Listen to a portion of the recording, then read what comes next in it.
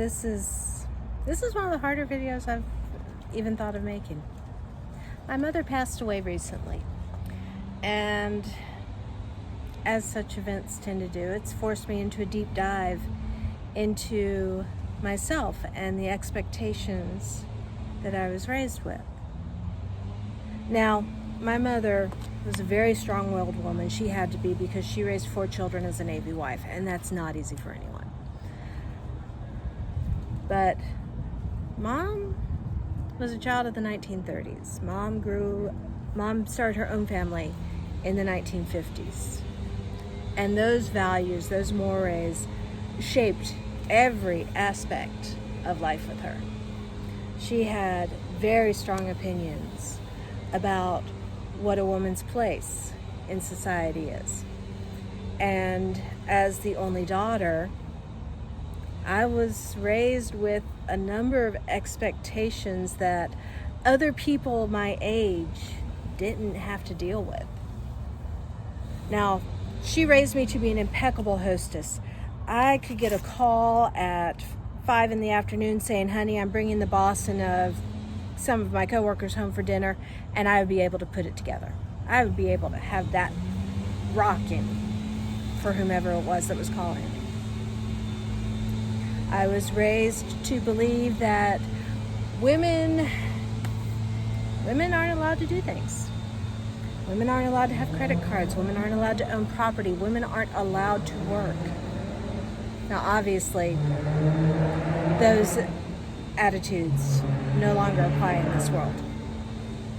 The truth is, the year I was born, women couldn't have credit cards. Women did not get the ability to have their own credit cards until I was 3 years old. I remember when Mom was starting her mental decline. She saw me getting ready for work one day, and she looked at me, and I was working in a field that was acceptable to her. I was a librarian, so it was okay to be a woman who was a librarian, especially since I was unmarried. Spinsters are supposed to be librarians, right? And she looked at me, and she saw me getting ready for work. She said, "They let you wear pants at that library?" Because that's how much she was still rooted in the beliefs of the 1940s and 1950s.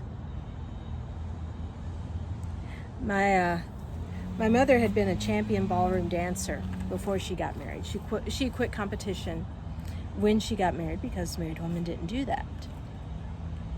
And she and Daddy limited their dancing to going to the officers' club when we were on base. And I asked Dad once, because I knew Dad did not like dancing. I asked him why he always made sure that he took Mom out for this. He said, I don't like dancing because I'm no good at it. But if I just do what she tells me to do, I look like I'm an expert." And that largely summed up Mom's way of doing everything. If you just did what she told you to do, then it would have the results she wanted. Whether those results were what everyone else wanted or not, that was irrelevant. So I grew up in this atmosphere of, you do what you're told to do. You do it unquestionably. I still cannot answer the simple question of where do you want to go for dinner, because that was a question I was never asked when I was growing up. That was a question I never had to face until I was a single mom. So, how do the mores and attitudes that you were raised with affect your life? How are those things reflected in your daily life in ways that you don't even realize? I will say that with Mom's passing, Daddy passed years ago, but with Mom particularly passing, I have reached a level of freedom I never knew, because I no longer have to worry about disappointing Margie. I no longer have to worry about people looking at her and saying, "Do you know what your daughter did?" And that is a freedom I've never had before. How are the values that you were raised with different from the values you have now? How are those old indoctrinations keeping you trapped in the life that you live now? What do you need to do to step out of those indoctrinations and to accept your freedom? I'm Marna. Thank you for joining me.